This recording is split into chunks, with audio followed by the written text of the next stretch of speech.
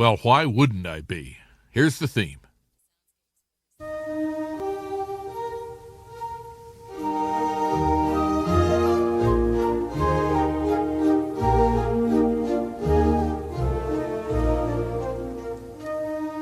Hello there, I'm Peter Schickele, and this is Schickele Mix, a program dedicated to the proposition that all musics are created equal. Or as Duke Ellington put it, if it sounds good, it is good.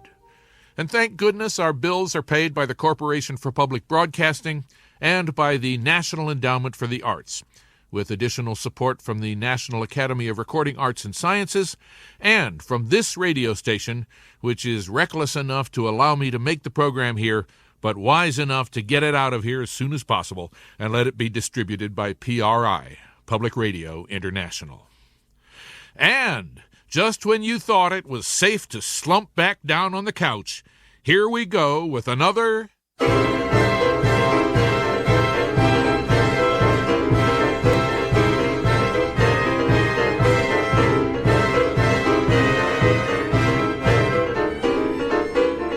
Marches on the March.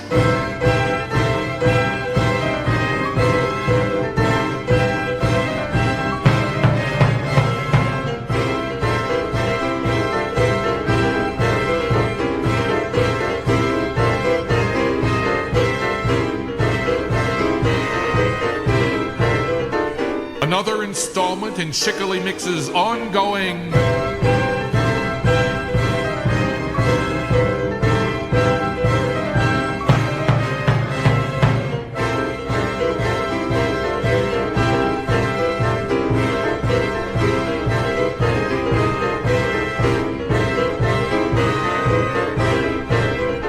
in-depth survey of every march ever written.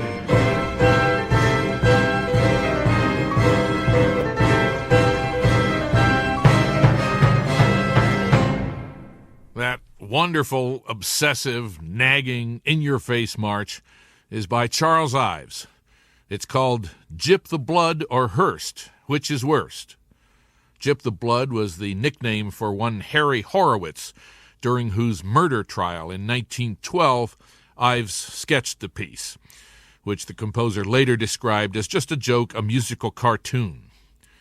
The ragtimey piano part represents the murderer, apparently, and the tutti is, quote, the whole band paid by Hearst, same bunk again.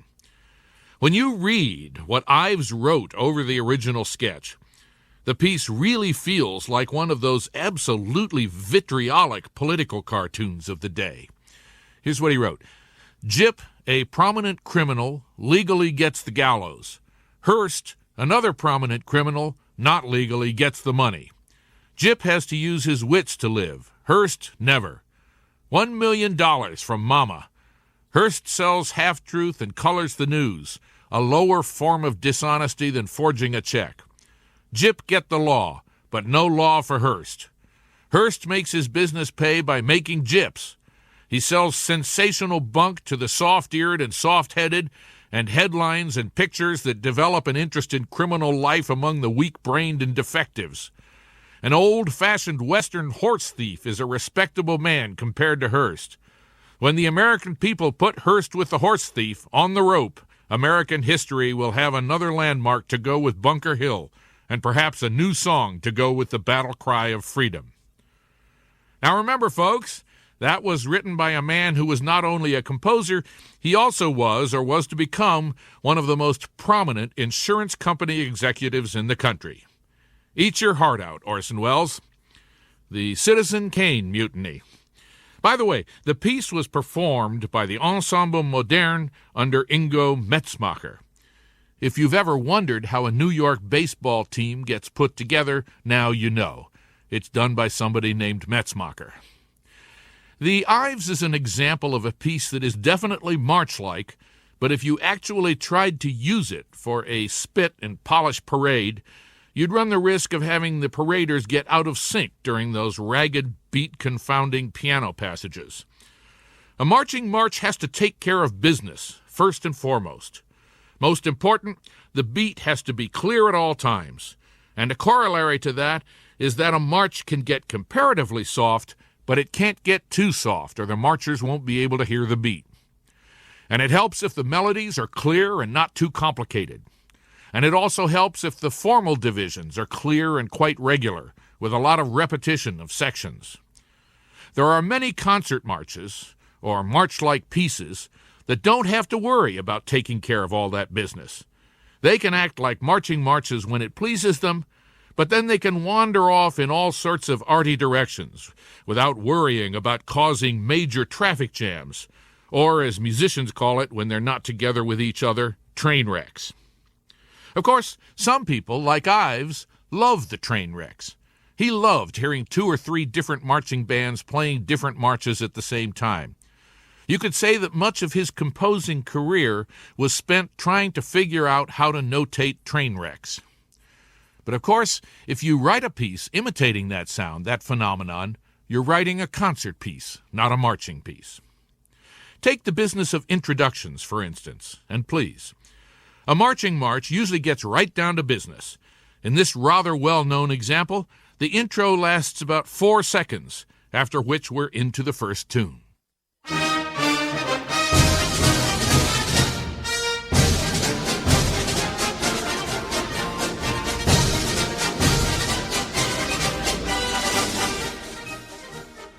The opening of John Philip Sousa's Stars and Stripes Forever, performed by an outfit that I understand has won a Grammy for the longest name of a non-German musical ensemble, the United States Air Force Tactical Air Command Band, Langley Air Force Base, Virginia. They were under the direction of Major Lowell E. Graham, a pitifully short name for a very nice gentleman with whom I've had the pleasure of working. Okay, now listen to the opening of this march-like concert piece. It's almost half a minute before a real melody appears, and even then it isn't a full-blown theme. The main tune of the movement doesn't pull itself together until 1 minute and 45 seconds into the piece. That's a long time in music.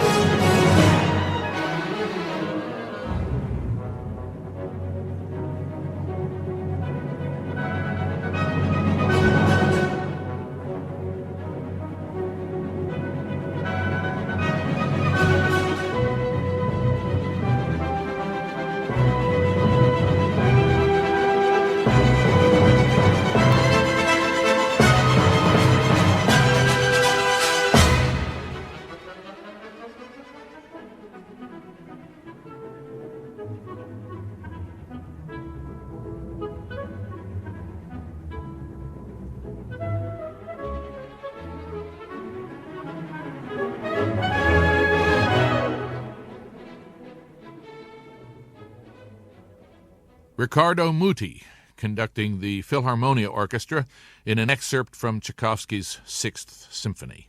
March-like in character, but definitely a symphonic concert piece, not a marching march. I don't know what it is about that tune. Bum, bum, bum, bum, bum, bum, bum, bum, bum. I've never liked it. I long ago got over my aversion to Tchaikovsky in general, but I still find that theme annoying for some reason. I don't know why.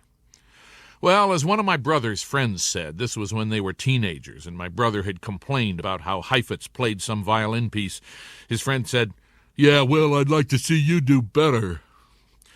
Today we're going to hear some non-marching marches, concert pieces that, like the Tchaikovsky, have a marchy feel, steady, well-defined beat, often supporting melodies that use rhythms associated with marches like dotted rhythms, which means long, short, bum, bum, ba, bum, bum, bum, bum, and bum, bum, ba, bum, dum, bum, ba, dum, dum, bum, ba, bum. But these pieces don't have any practical duties to perform, so they don't have to be consistent. They can sometimes vary the speed of the beat. They can have sections where the beat is not especially well defined, that is, not easy to hear, or maybe the beat even disappears completely sometimes. And they can afford to blur the formal distinctions as well, instead of having a series of clear-cut sections that are usually repeated, as marching marches do. And by the way, I'm talking about the Euro-American tradition here, of course, not all marches everywhere. And finally, these concert pieces can allow themselves to get developmental, rather than simply present a series of tunes. Let me talk about that a minute. Your average march has a brief introduction, which leads to the first melody. After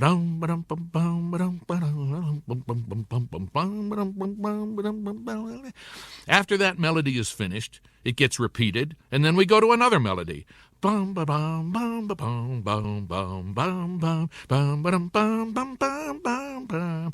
that melody is repeated, after which we go to a third melody, often in a different key. Be kind to your web-footed friends, for a duck may be somebody's mother. So what we've got is a parade of melodies. In concert music, on the other hand, especially instrumental music, you tend to encounter a lot of what is called development. Instead of a new melody, you get a section that works over some small portion of a previously presented melody, sort of like a dog working over a bone or worrying his blanket. Here's the melody that opens the last movement of Mozart's 40th Symphony.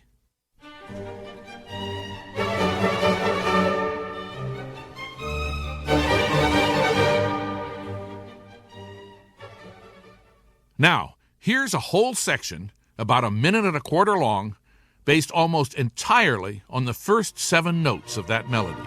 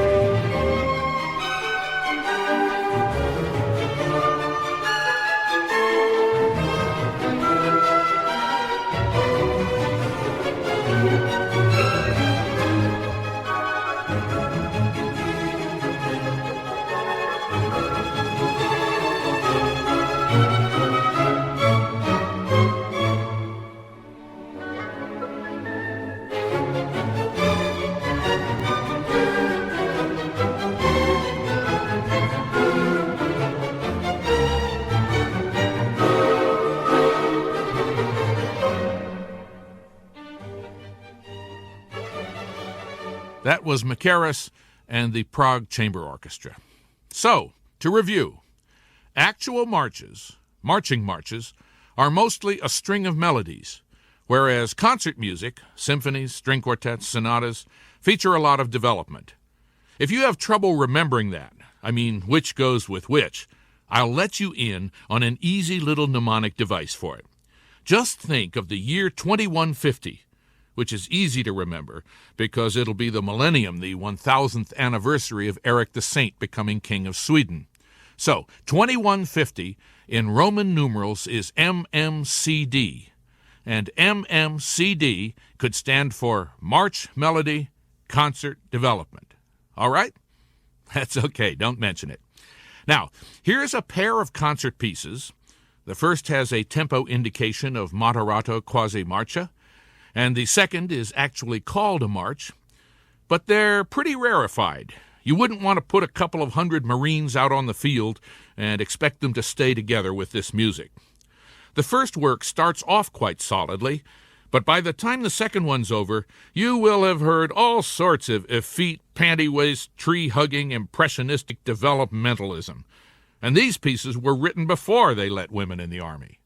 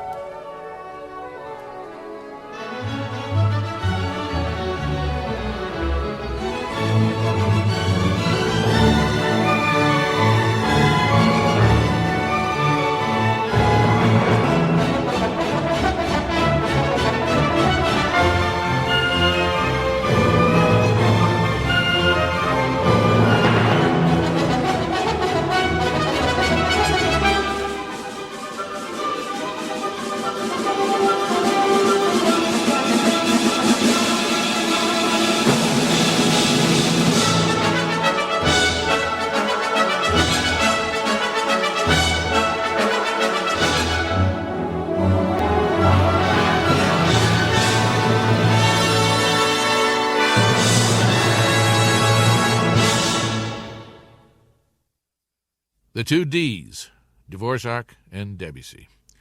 That suitelet began with the first movement of Dvorak's Serenade in D minor for winds, cello, and bass, with Stephen Richmond conducting Harmony Ensemble New York.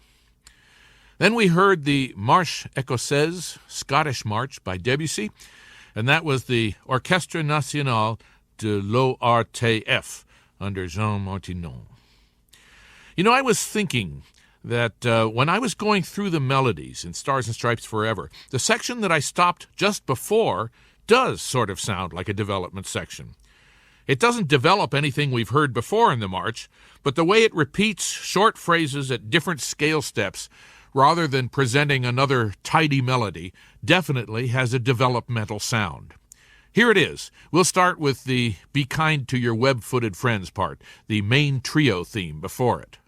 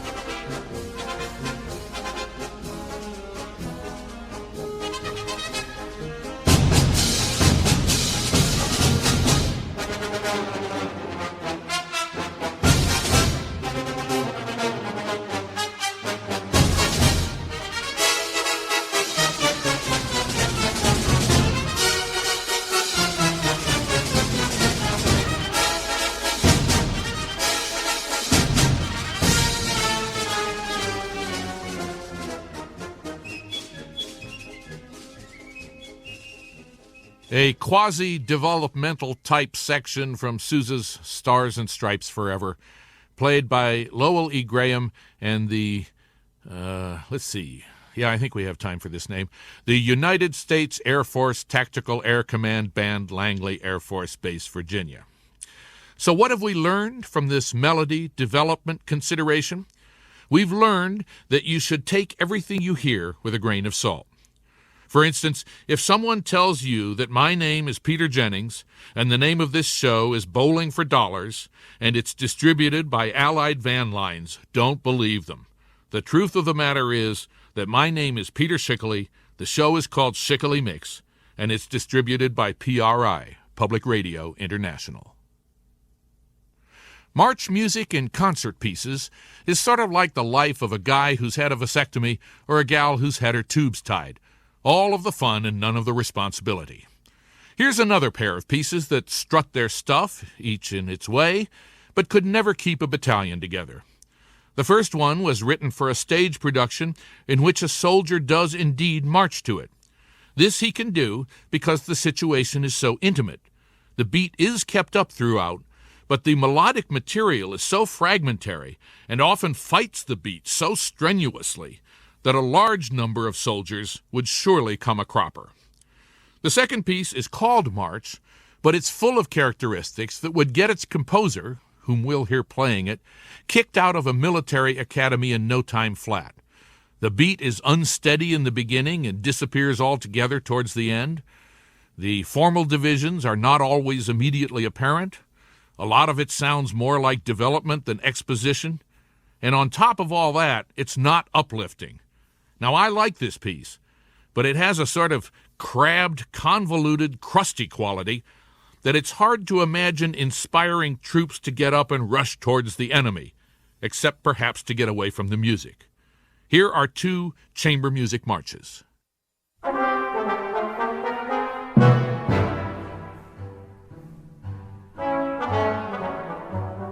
Down a hot and dusty road tramps a soldier with his load.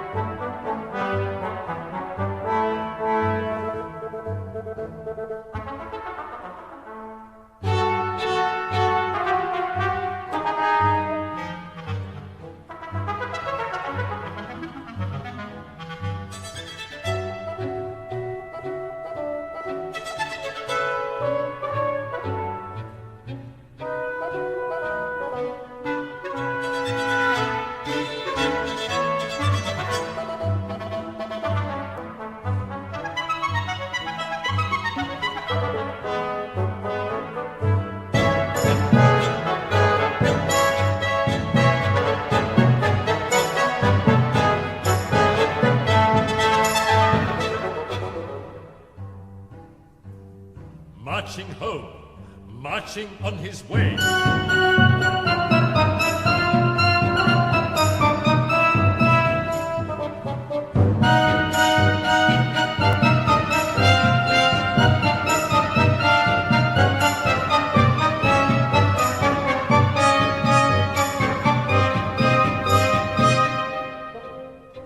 He's been marching all the day, happy now he's home to stay.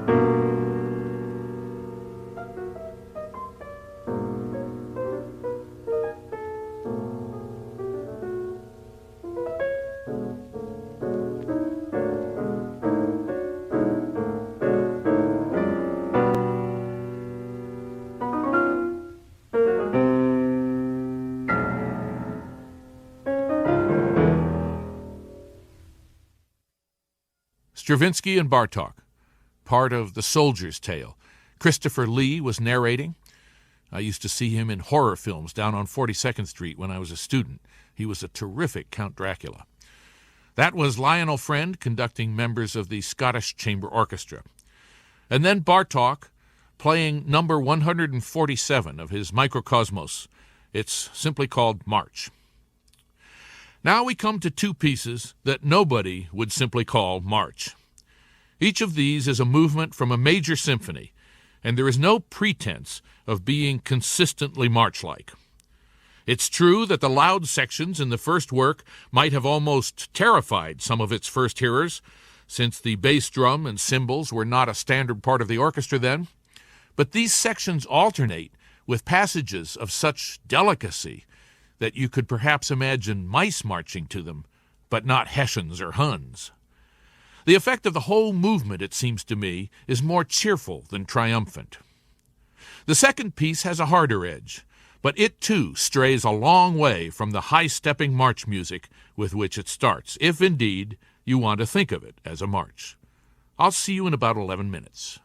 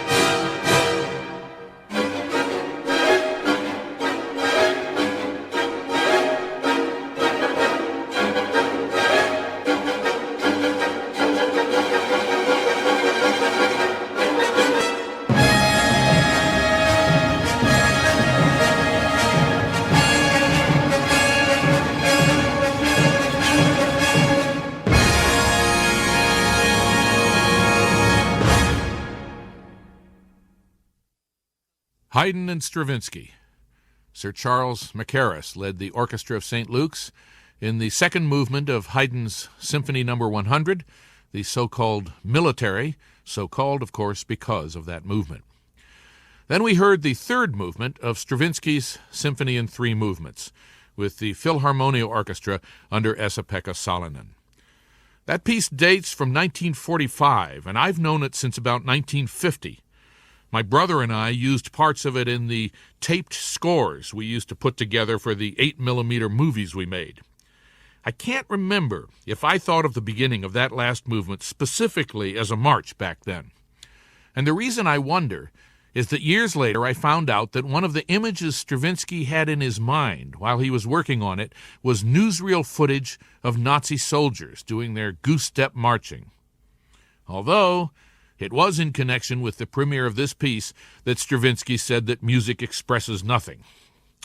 Well, let's not get into that. That's a big, slippery subject, and we deal with it on another show. You know, I'm trying to remember which 8mm movie my brother and I used that music for. It may have been the one based on a story by O. Henry called The Cop and the Anthem. My brother directed and narrated it, and I played the lead. I can still see the advertising poster we drew for it, starring Peter Schickele, future host of Schickele Mix, from PRI, Public Radio International. Today's program is called Symphonic March Music, all the fun and none of the responsibility. We're dealing with pieces that are indebted to, but are not slaves to, actual marching marches. In the next piece we're going to hear, the marches are definitely marches. In fact, several real marches are quoted. But the way they're used... What is that? Do you hear music? You know, I've always thought that this studio was pretty well sound insulated, but I certainly hear music from out on the street. Sounds like a parade. I'm telling you, that band is loud. Excuse me, folks. I'm going to go over to the window and see what's going on. I'll probably have to open it and really stick my head out because there's sort of a ledge out there. Yes, it is a parade. And a pretty big one, too. Hey, I know that band. That's the United States Air Force Tactical Air Command Band, Langley Air Force Base, Virginia. Hey, and there's Lowell Graham. Hey, Lowell! Lowell! Up here! Hi! Well, of course, he can't really wave, you know, but I think he saw me. How about that? But aside from the band, the marchers are in civilian clothing. Oh, okay. I think I know what this is about. They're carrying signs. The north end of town is trying to get a mall built up there. That part of town's been hard hit economically, and they want the city government to let them have a mall built, and it's going to be a theme mall called Knights of the Round Table, and they also want City Hall to help them attract visitors from all the organizations that have knights. You know, the Knights of Columbus, the Knights of Pythias, and those creative anachronism societies where guys dress up as knights. If they can get knights from all over the country to visit the mall for the opening, it ought to get things off to a good start. So that's why they've got those two big banners out there. One says, "What we need is," and the other says, "A mall and the night visitors." I'm really impressed that they could get such a top-notch band to come here. Anyway, I was saying that in this next piece, even though it uses actual marches, the way they're used would make a marching band, even a really good one, like the United States Air Force Tactical Air Command Band, Langley Air Force Base, Virginia, look like a bunch of staggering drunks. And the more they tried to follow the music, the worse they'd look. These are marching marches not for marching, but the way they're used makes for rousing listening.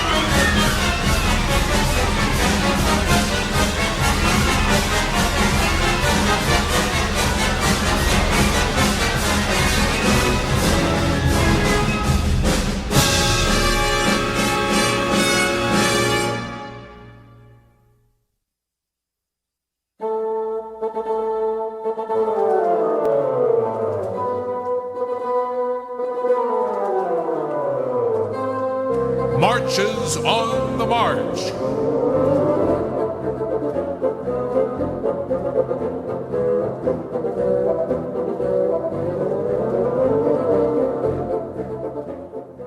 And that's Schickele Mix for this week. We just heard David Zinman and the Baltimore Symphony Orchestra playing the second movement, Putman's Camp, Reading, Virginia, of Charles Ives' Three Places in New England. Our program is made possible with funds provided by the Corporation for Public Broadcasting and by the National Endowment for the Arts, with additional support from the National Academy of Recording Arts and Sciences and from this radio station and its members. And not only that, our program is distributed by PRI, Public Radio International.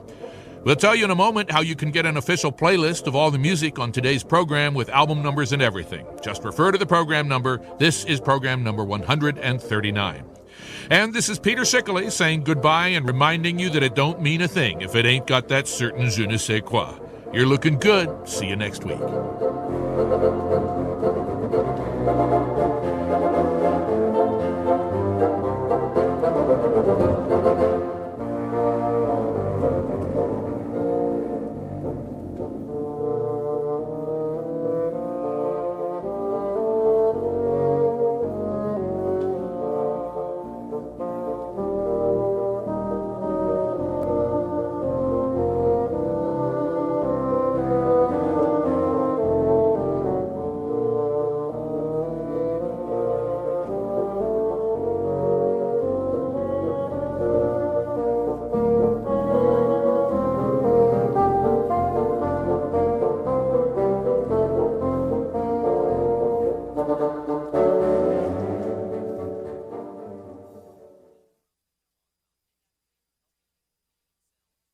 If you'd like a copy of that playlist I mentioned, send a stamped self-addressed envelope to Schickele Mix.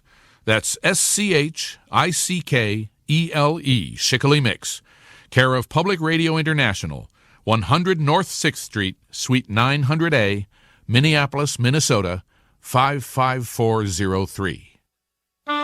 PRI, Public Radio International.